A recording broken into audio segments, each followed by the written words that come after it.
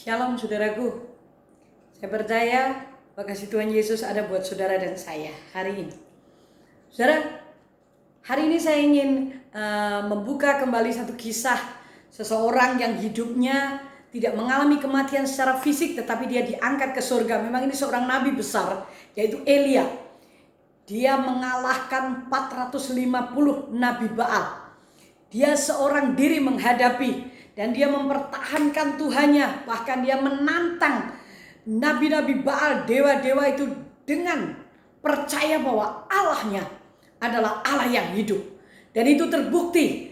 Tetapi ternyata saudara, setelah saya membaca kisahnya, sekuat apapun manusia, ketika saya membaca kisahnya Elia ini, satu ketika Elia mendapat ultimatum dari Isabel, maka Elia merasa ketakutan dan dia melarikan diri, bahkan masuk di gua, saudaraku. Sampai tertidur di situ, rasanya dia sudah berputus asa. Dan dari kisah ini saya mempelajari bahwa sekuat apapun manusia, pasti ada satu titik di mana dia akan mengalami satu kelemahan, titik lemahnya. Nah, saya tidak tahu. Karena setiap manusia masing-masing mempunyai titik lemah sendiri-sendiri, saudaraku. Dan Elia rupanya adalah ketika dia mendengar Isabel mengancam akan membunuh Elia. Ya saudaraku, langkah apa yang harus diperbuat ketika saudara dan saya mengalami masuk dalam titik kelemahan, saudaraku.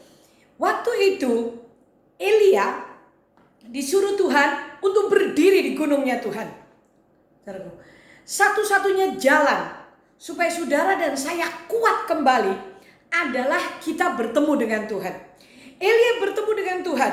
Dia berdiri di gunungnya Tuhan. Karena Tuhan memerintahkan Elia, sedang apa kamu? Elia berkata, aku sedang bekerja segiat-giatnya, padahal dia lagi tidur, saudaraku. Orang kalau sudah putus asa, sudah bosan, gak tahu lagi apa yang harus diperbuat. Seringkali yang diperbuat itu tidak seperti tujuan Tuhan. Dan saudara, mungkin kita bisa mengalami hal yang sama. Bahkan kita bisa lebih parah daripada Elia. Tapi dengan baik-baik, Elia berdiri di gunung Tuhan. Dan dia mulai diperlihatkan oleh Tuhan.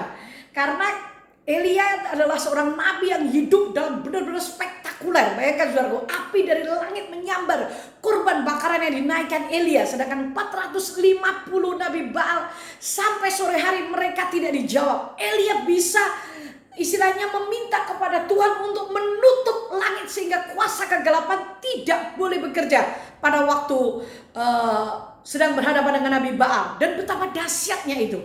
Kadang kita terpaku bahwa kita bertemu Tuhan itu hanya dalam hal yang besar-besar seperti itu, spektakuler. Tetapi Tuhan memberikan pelajaran ketika saya membaca di dalam 1 Raja-Raja 19 mulai ayat 11. Kadangkala Tuhan itu menemui saudara dan saya bukan dalam angin yang besar, bukan dalam halilintar, tetapi dalam angin yang sepoi-poi basah.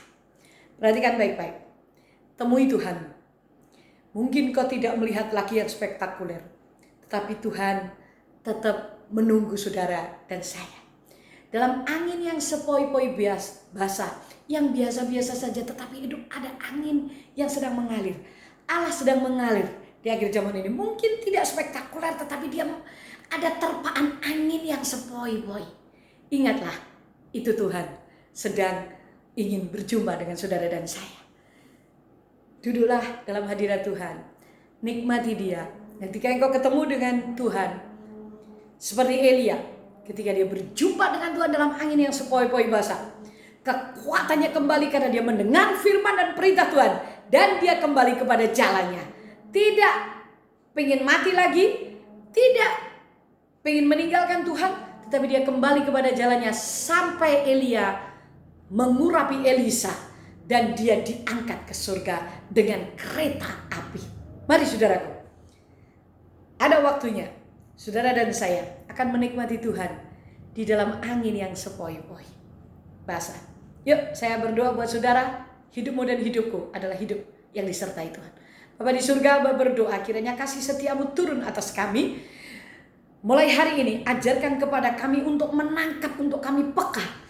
Kadangkala engkau menemui kami dalam angin yang sepoi-poi basah Tuhan. Dan buatlah kami mengerti, ketika kami berjumpa denganmu, maka kekuatan yang baru akan turun atas hidup kami seperti kepada Elia, sampai kami menyelesaikan tugas kami.